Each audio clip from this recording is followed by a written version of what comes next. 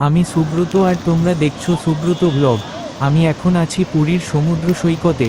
পুরী সৈকত ওড়িশার পুরী শহরে জগন্নাথ মন্দির থেকে হাঁটা দূরত্বে বঙ্গোপসাগরের গা ঘেঁষে লম্বা সোনালী বালির এই সৈকত গোল্ডেন বিচ নামেও পরিচিত।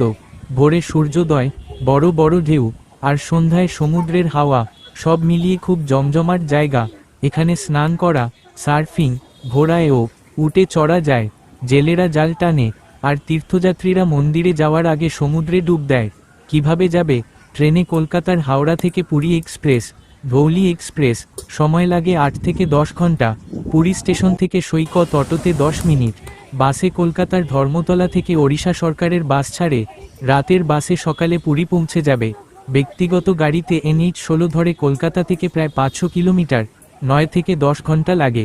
সেরা সময় অক্টোবর থেকে মার্চ, গরম কম, সমুদ্রও শান্ত থাকে। তোমরা কি আগে এখানে এসেছো? কমেন্ট করে জানিও।